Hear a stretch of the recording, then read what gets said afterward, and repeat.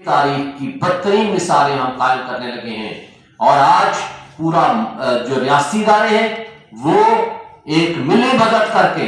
ایک بھگوڑے مجرم کو،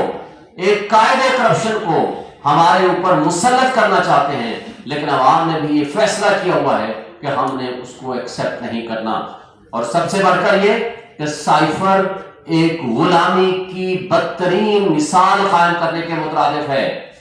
آپ دیکھیں کہ پرائم منسٹر پاکستان جس نے ملک کی سلامتی اور خود مختاری کا دفاع کرنا ہے، جس کی یہ ذمہ داری ہے کہ پاکستان کے اوپر اگر اٹیک ہو اس نے اس کا دفاع کرنا ہے،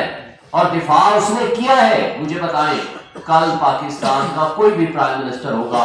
آج اگر پاکستان کے مفاد کا دفاع کرنے والے کو آپ سزا دیں گے، خدا نہ خواستہ پاکستان کے اوپر اٹیک ہو جائے، تو کیا وہ صرف چپ کر کے بیٹھ جائے گا؟ آئین کے تحت، رول کے تحت، لا کے تحت کمپیٹنٹ اتھارٹی صرف اور صرف پرائم منسٹر ہوتا ہے، جس نے یہ فیصلہ کرنا ہے کہ ہم نے کون سی انفارمیشن پبلک کو دینی ہے اور کون سی نہیں کرنی، اور یہ اس نے قانون اور آئین کے مطابق کام کیا۔ پھر وہ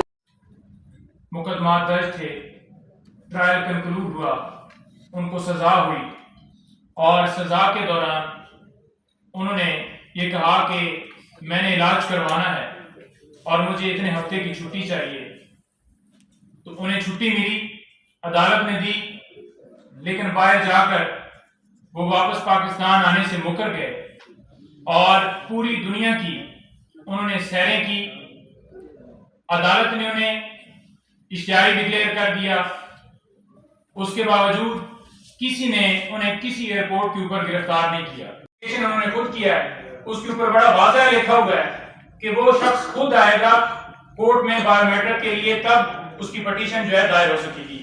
لیکن ہر چیز کی، ہر قانون کی دھجیاں اڑائی گئیں، جو رول انہوں نے خود بنائے اس کو فالو نہیں کیا گیا، اور اٹارنی کے ذریعے وہ درخواست دائر ہی نہیں ہوئی، بلکہ بایو میٹرک کے لیے جو عملہ موجود تھا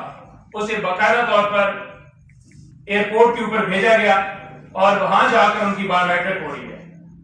اور بایو میٹرک کے بعد پھر پروٹوکول جو ہے،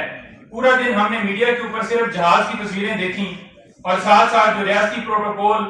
جیسے کہ سی سی پی او صاحب وہاں پر سلوٹ مار رہے ہیں، اور جلسے کے اندر جا کر جناب شاہی ان کے کھانے اور پروٹوکول دیے جا رہا ہے۔ میں یہ سوچ رہا ہوں کہ سٹیٹس ان کا کیسے چینج ہو گیا؟